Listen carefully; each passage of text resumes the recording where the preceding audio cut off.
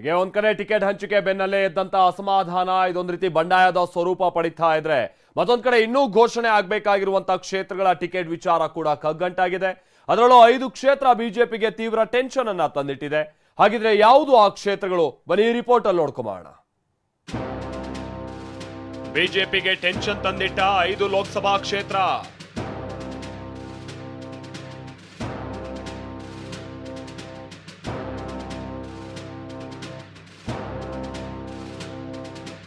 ಬೆಳಗಾವಿ, ಉತ್ತರ ಕನ್ನಡ, ಚಿಕ್ಕಬಳ್ಳಾಪುರ, ರಾಯಚೂರು, ಚಿತ್ರದುರ್ಗ ಈ 5 ಲೋಕಸಭಾ ಕ್ಷೇತ್ರಗಳೇ ಬಿಜೆಪಿಗೆ ತೀವ್ರ ಸಂಕಷ್ಟ ತಂದಿಟ್ಟಿವೆ.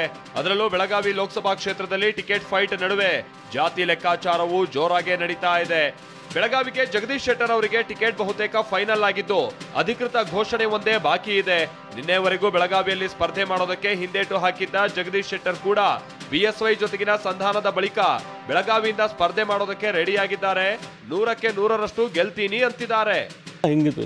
ನಿಲ್ಲಿಕ್ಕೂ ಒಪ್ಕೊಂಡಿದ್ದೀನಿ, ಅಲ್ಲಿ ನಿಲ್ತೀನಿ. ಮತ್ತು ಯಡಿಯೂರಪ್ಪನವರು ಹೇಳಿದರು, ಮತ್ತು ಮೇಲಿನ ಲೀಡರ್ಸು ಅಂತ ಅಮಿತ್ ಶಾ ಅವರು ಹೇಳಿದರು, ಮತ್ತು ರಾಷ್ಟ್ರೀಯ ಅಧ್ಯಕ್ಷರು ಹೇಳಿದ್ದಾರೆ ಅಲ್ಲಿ ನಿಲ್ಲಕ್ಕೆ. ನಿಲ್ತೀನಿ 100%, 100ಕ್ಕೆ 100. ಆದ್ರೆ ವಿಚಾರ ಅದಲ್ಲ. ಟಿಕೆಟ್ ಫೈಟ್ ಮಧ್ಯೆನೆ ಜಾತಿ ಲೆಕ್ಕಾಚಾರವೂ ನಡೀತಾ ಇದೆ. ಅದೇನು ಅಂದ್ರೆ,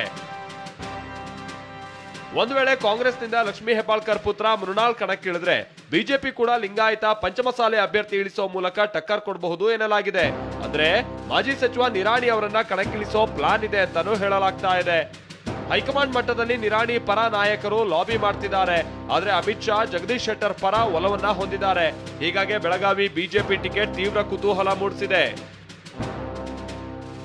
ಇನ್ನು ಉತ್ತರ ಕನ್ನಡ ಟಿಕೆಟ್ಗೆ ಸಂಸದ ಅನಂತಕುಮಾರ್ ಹೆಗಡೆ ಪಟ್ಟು ಹಿಡಿದಿದ್ದಾರೆ.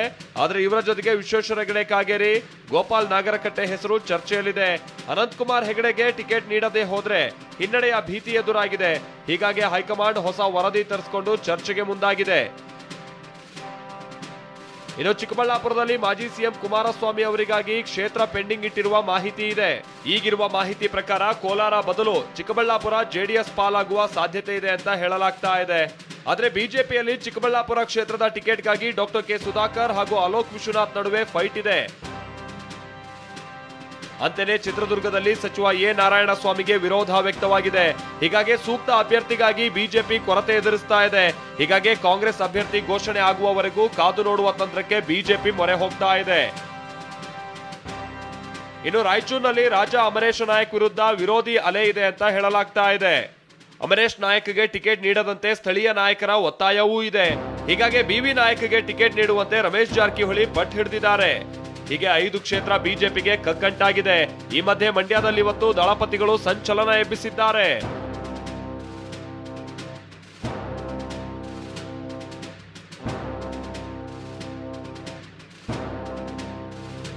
ಬದಲಾಯಿತು ದಳಪತಿಗಳ ಮಂಡ್ಯ ಲೋಕ ಅಖಾಡದ ಲೆಕ್ಕಾಚಾರ. ಸಭೆವರೆಗೂ ಪುಟ್ಟರಾಜು, ಸಭೆ ಬಳಿಕ ನಿಖಿಲ್ ಸ್ಪರ್ಧೆಯ ಚರ್ಚೆ. ಮಂಡ್ಯ ಲೋಕಸಭಾ ಅಖಾಡದಲ್ಲಿ ಮೈತ್ರಿ ಅಭ್ಯರ್ಥಿ ಯಾರಾಗ್ತಾರೆ ಅನ್ನೋದು ಕುತೂಹಲ ಕೆರಳಿಸಿದೆ. ಯಾಕಂದ್ರೆ ಇಷ್ಟು ದಿನ ಸುಮಲತಾ ನನಗೆ ಟಿಕೆಟ್ ಸಿಗುತ್ತೆ ಅಂತ ಹೇಳ್ತಾ ಇದ್ರು. ಆದ್ರೆ ಇವತ್ತು ಟಿಕೆಟ್ ಜೆಡಿಎಸ್ಗೆ ಪಕ್ಕ ಅನ್ನೋದು ಬಹಿರಂಗ ಆಗಿದೆ. ಅಲ್ಲದೆ ಮಂಡ್ಯದಿಂದ ನಿಖಿಲ್ ಕುಮಾರಸ್ವಾಮಿ ಸ್ಪರ್ಧಿಸೋ ಬಗ್ಗೆ ಖುದ್ದು ಎಚ್ಡಿಕೆ ಸುಳಿವು ಕೊಟ್ಟಿದ್ದಾರೆ.